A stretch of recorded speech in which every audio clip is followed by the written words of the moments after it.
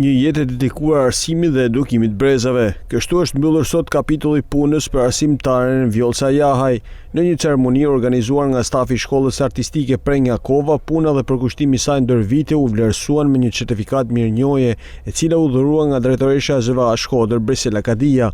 Them drejten, pas një karriere shumë të gjatë dhe me eksperiencë, është kënaqësi e dyfishtë sepse unë e përmbylli me rezultate sa më të mira.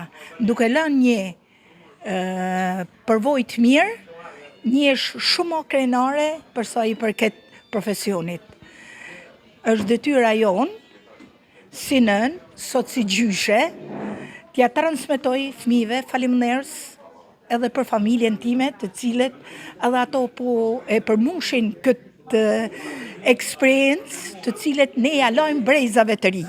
Të thëmë drejten emocionasht, po me që kur e ke zemrën plot në gjitha anë, është emocion i dyfisht që gjithë bashkut familja të metet e male. Të pranishëm në këtë ceremoni ishin të afërm kolege bashkëpunëtor, të cilët shprehen konsideratat e tyre më të larta për karrierën e saj të gjatë në fushën e arsimit.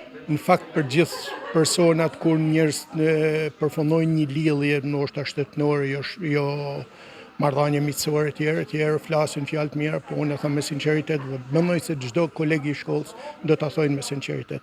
Zemrën edhe natyrën që ka Vjollca është rrallë për me pas.